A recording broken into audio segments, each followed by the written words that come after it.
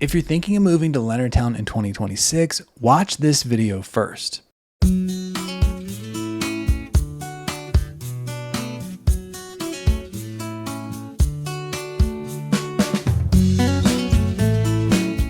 Hey, my name is Rob Schou. I'm a realtor down here in Southern Maryland with EXP Realty, and the whole goal of this channel is to make your move to Southern Maryland so much easier. So if that's something you'll be doing, use the contact information below. Call me, text me, and I'd be happy to help any way that I possibly can.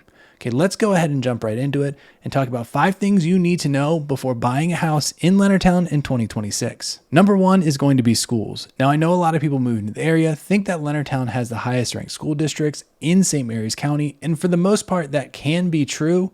But there are other areas of Leonardtown that go to schools that aren't the highest ranked. So I find looking at niche.com is a great way to figure out which school is going to be best for your family's specific needs. And also a little caveat here, in St. Mary's County, we just did some redistricting that moved some kids from the Hollywood area and other areas to Chopticon. So I'm not saying all of Leonardtown is safe, because I don't think it will be, but as more redistricting happens, you may see Leonardtown addresses go to school that aren't Leonardtown schools. For example, my personal address is Leonardtown Middle School right now, but I got a sneaky feeling that by the end of the next year or two, it could be redistricted to Spring Ridge Middle School all the way south of base. So you want to make sure if you're looking at a house that it's not in those redistricting plans if you don't want your kid's school to change. Number 2 is everyone loves Leonardtown because of its kind of laid back feel, especially the downtown. But I gotta say, more and more development is going to be coming to Leonardtown.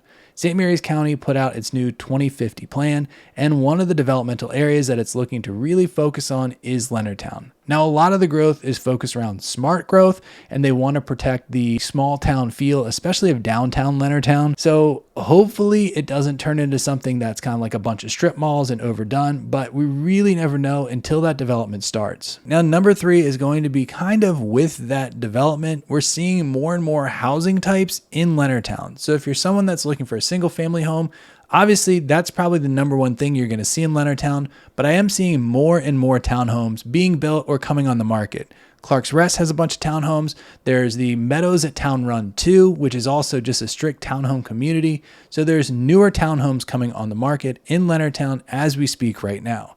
There's also some apartment complexes throughout the Leonardtown area, but like I said, the majority of the properties on the market in Leonardtown are going to be single family homes. Number 4 is something you really need to watch out for is, are you in Leonardtown or are you in downtown Leonardtown?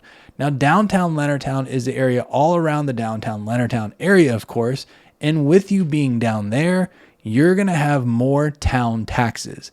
Now, it is a property by property basis, so if we're looking at properties and we want to know for sure that is downtown Leonardtown, the best thing to do is just to pull up the tax record to see if those town taxes are on there. I live in Leonardtown myself, and I can tell you, even though my address is Leonardtown, I am not downtown Leonardtown, and I don't have any extra taxes. So I'd be happy to go over property by property with you to figure out if you have those extra town taxes compared to just living in Leonardtown where you wouldn't. And the number 5 thing you need to know about moving to Leonardtown in 2026 is I think the traffic is going to continue to get worse.